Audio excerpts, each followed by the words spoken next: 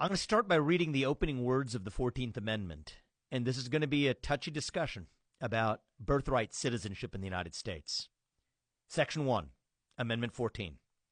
All persons born or naturalized in the United States and subject to the jurisdiction thereof, those are key words, are citizens of the United States and of the state wherein they reside. No state shall make or enforce any law which shall abridge the privileges or immunities of citizens of the United States. Those are the opening words of the 14th Amendment.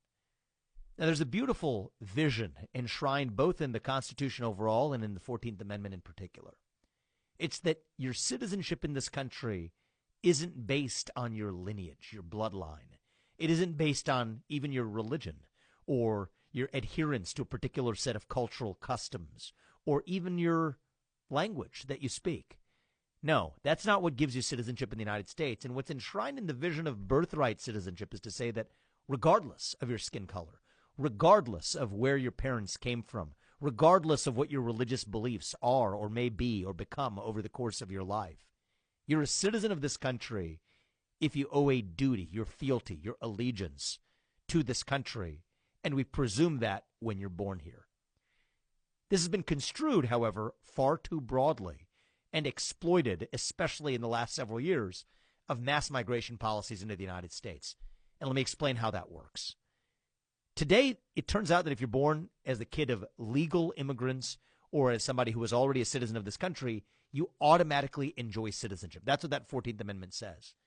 But it's been wrongly construed by the policies, frankly, of both political parties to somehow mean that the kids of illegal migrants also enjoy birthright citizenship.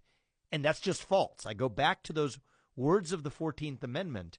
You start with the text and see what it actually says.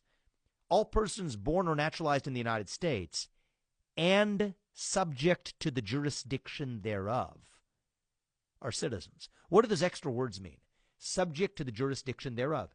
That means if you're not subject to the jurisdiction of the United States, then you don't automatically enjoy citizenship just because you're born here. Well, that means if your first act of entering this country was to break the law, then that means that your kids who are born here are not subject to the jurisdiction in the same way. I'll walk you through a thought experiment to make that clear.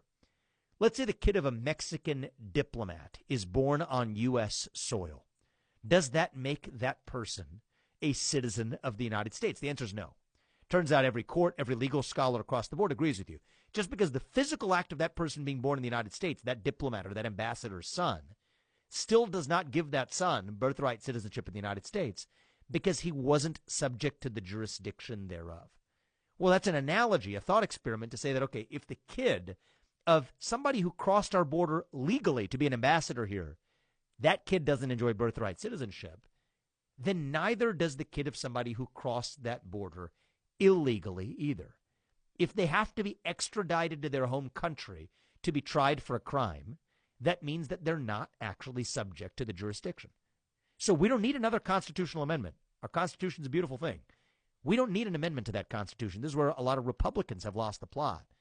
What we need is a willingness to actually swear an oath to the Constitution and keep it, saying that from certain date going forward, the U.S. president and a new administration states with clarity that those born after that date in the United States of illegals will no longer be citizens of this country.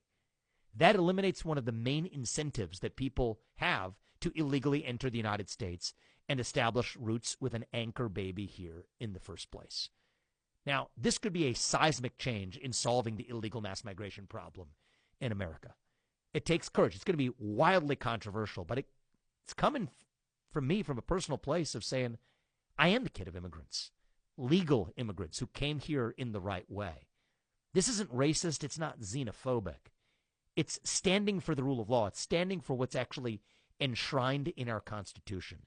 If your first act of entering this country broke the law, then you don't actually have the same protections under those laws that the people who ultimately were born here or came here the right way actually do. That's what it means to stand for the rule of law. That's what's going to put us on firm footing to say that the entire family unit, including even kids who were born here of illegal migrants, will be returned to their country of origin. We'll do it respectfully. We'll do it as decently and humanely as possible, respecting each person's humanity. But that doesn't give them an automatic right to enjoy the privileges and immunities of citizenship. That's reserved for citizens. And so what is this idea of citizenship all about anyway? Could you be a citizen of both countries? Could it be that both countries have jurisdiction, you're a citizen of both countries? I don't think so. In fact, I know not. Citizenship is about one thing above all. Anybody who's become a naturalized citizen of this country, who's come to this country through the front door and became a citizen through that naturalization process, knows that the final step of the process is swearing an oath of allegiance to this nation. You can't have multiple different allegiances to multiple different countries. That destroys the concept of citizenship itself. And so by definition, each person can only have an ultimate allegiance, an ultimate national civic allegiance to one nation. If two nations were to go to war, be in conflict with one another, that would automatically negate the allegiance of one person to one of those countries versus another. So I think that ultimately citizenship is about loyalty. You can only have loyalty to one country. And if you have loyalty to that one country, yes, you're subject to the jurisdiction of that country. That's what citizenship is about. That's what birthright citizenship in the United States is about. And that's why we will be on firm constitutional footing as a country if we take that hard step of saying that birthright citizenship, per our Constitution under existing law, without any further amendment, does not apply to the kids of illegals. A critical step